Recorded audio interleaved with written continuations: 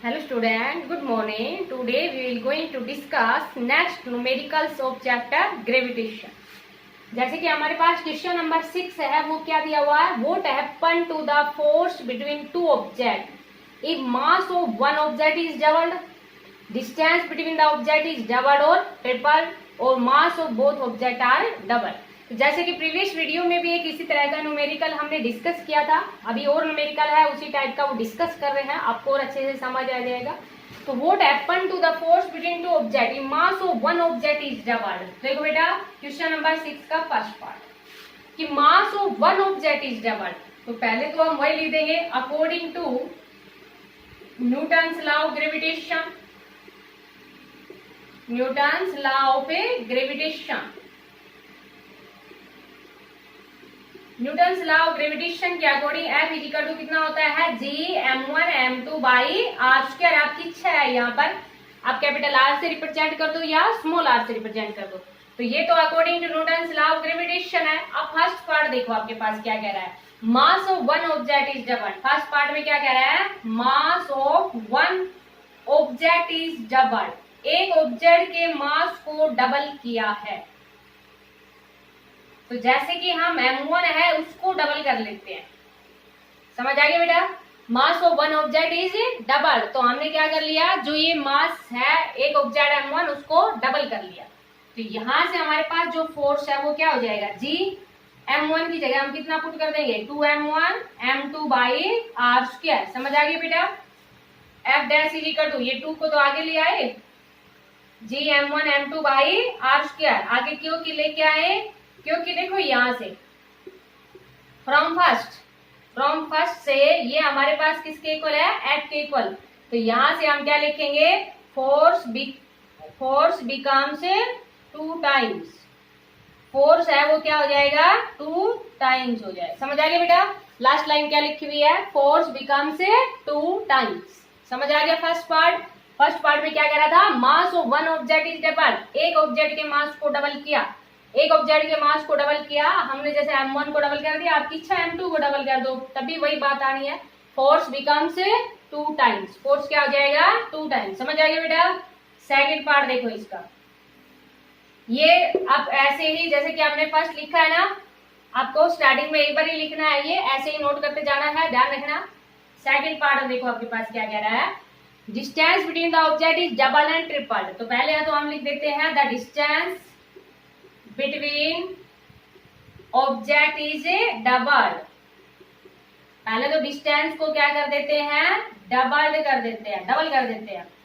Distance को double किया means ये जो r है r, इसको हमने क्या कर दिया? 2r कर दिया. डबल कर रहे हैं बेटा, हाफ नहीं कर रहे, डबल मीन्स r को क्या लिख दिया? 2r. तो ये फोर्स है वो क्या हो जाएगा? G m1 m2. r की जगह हम कितना लिख देंगे? 2r का स्क्वायर. तो ये वैल्यू हमारे पास कितनी आ जाएगी? G m1 m2 divide by 4r square.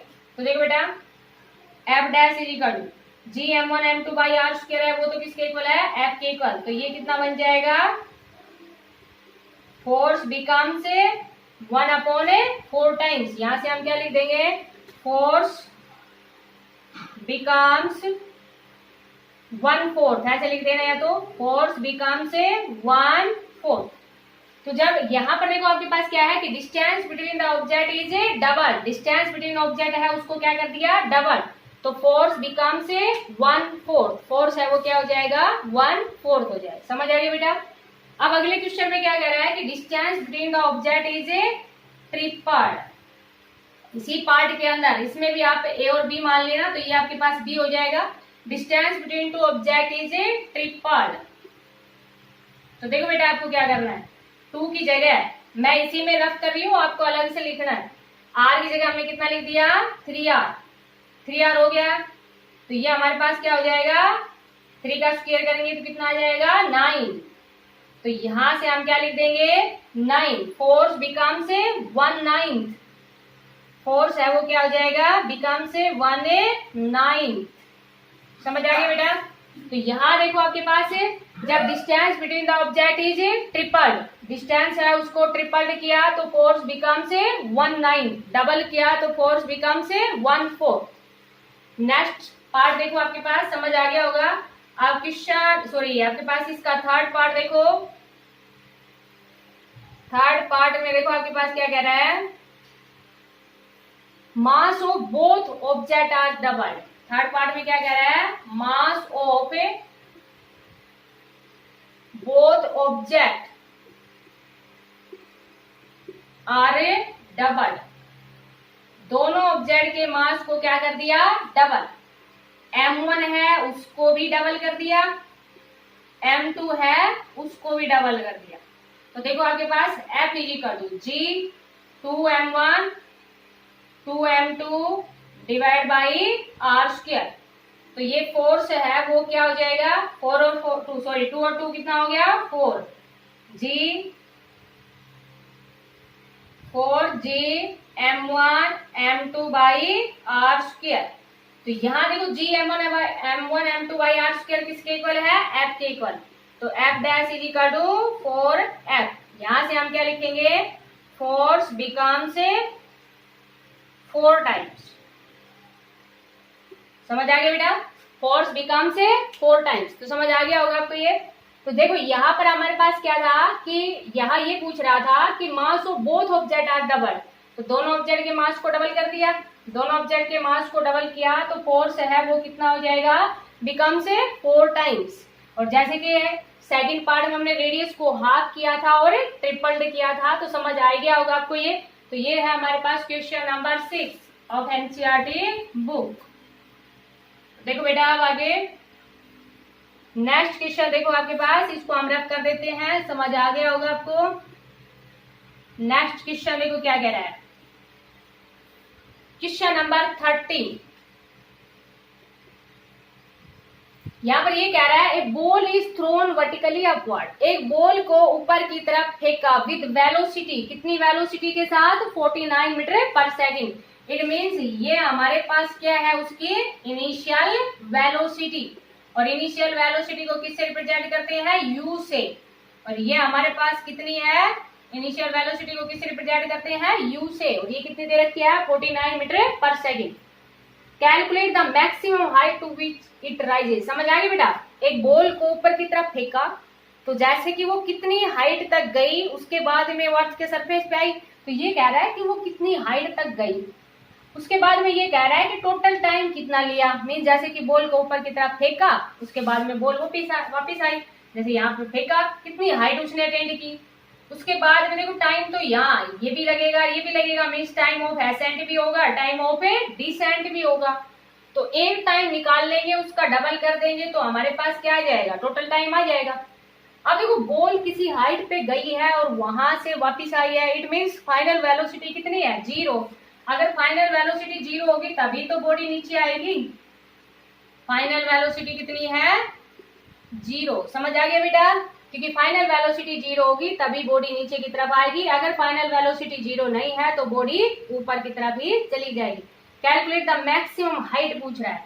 तो यहाँ देखो acceleration due to gravity, body को ऊपर की तरफ फेंक रहे हैं तो वैल्यू कितनी हो जाएगी, एक्सेलरेशन ड्यू टू ग्रेविटी कैसी वैल्यू रहेगी, negative. Maximum height to which it rises, first part में क्या पूछ रहा है, मैक्सिमम हाइट। मैक्सिमम हाइट को हम रिप्रेजेंट कर देते हैं किससे, h से। तो यहाँ पर देखो बेटा कौन सी इक्वेशन यूज करेंगे, using equation v square minus u square is equal to 2gh। s की जगह हमने कितना ले लिया, h। v हमारे पास कितना है, 0। u हमारे पास कितना है, 49। 2g हमारे पास 9.8 और h हमें निकालना है। यहाँ से इसको हम सोल्व कर देंगे, 49 का स्क्वायर है ना, और इधर देखो ये 2 मल्टीप्लाई 9.8 मल्टीप्लाई h, नेगेटिव से ये नेगेटिव कैंसिल हो जाएगा। तो यहाँ से h की वैल्यू ध्यान रखना बेटा, हम ये इधर लिख रहे हैं तो h की वैल्यू कितनी आ गई, 49 मल्टीप्लाई 49 डिवाइड बाई 2 मल्टीप्लाई 9.8। इसके पॉइंट को हटाओगे ना आगे तो 49 multiply 49 divide by 2 multiply 98 multiply 10। ठीक है बेटा, मैं इसको रख कर देती हूँ, समझ आ गया होगा यह पॉइंट आपको यहाँ तक। तो फर्स्ट पॉइंट तो जैसे इसको हम सोल्व करेंगे तो ये हमारे पास कितनी वैल्यू आ जाएगी, 122.5 मीटर। ये जो वैल्यू है वो कितनी आएगी 122.5 मीटर। आप सोल्व करके देख लेना, ठीक है बेटा, समझ आ गया होगा। देखो आपके पास फाइनल वेलोसिटी कितनी होगी 0, तभी बॉडी नीचे की तरफ आएगी। दूसरा हम बॉडी को ऊपर की तरफ फेंक रहे हैं तो एक्सेलरेशन ड्यू टू ग्रेविटी कैसा रहेगा नेगेटिव। समझ आ गया बेटा फर्स्ट पॉइंट। सेकंड पॉइंट में क्या कह रहा है कि total time it taken to return to the surface of earth. तो टोटल टाइम टेकन तो देखो टोटल टाइम टेकन कितना है t। t को हमने क्या लिख दिया 2t लिख दिया, क्योंकि देखो बॉडी ऊपर की तरफ दी गई और बॉडी नीचे की तरफ भी आई। ये समझाने के लिए था आपके पास। तो आप कौन सी इक्वेशन यूज करेंगे v is equal to using equation v is equal to u plus at। a की जगह कितना ले लिया g, v कितना है 0, u कितना है 49, g कितना है 9.8, t निकालना है। समझ आ गया बेटा। g ऊपर की तरफ कैसा है माइनस का, समझ आ गया। इसको 49 को इधर ले आएंगे, -49 is equal to -9.8 into t. T हमें निकालना है तो t is equal to 49 divide by 9.8। समझ आ गया बेटा। इसको देखो यहाँ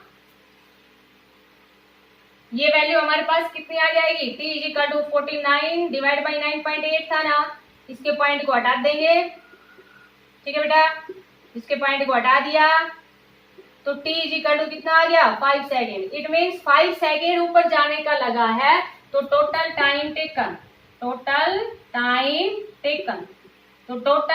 टेकन कितना हो जाएगा 2 इंटू टी, 2 मल्टीप्लाई 5, तो टोटल टाइम टेकन कितना आ गया 10 सेकेंड। समझ आ गया बेटा।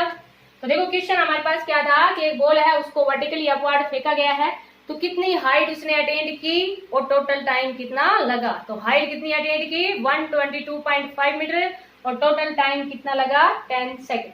आपको समझ आ गया होगा। अच्छे से समझना, इनसे रिलेटेड क्वेश्चन और भी आप प्रैक्टिस करना। Thank you, have a nice day.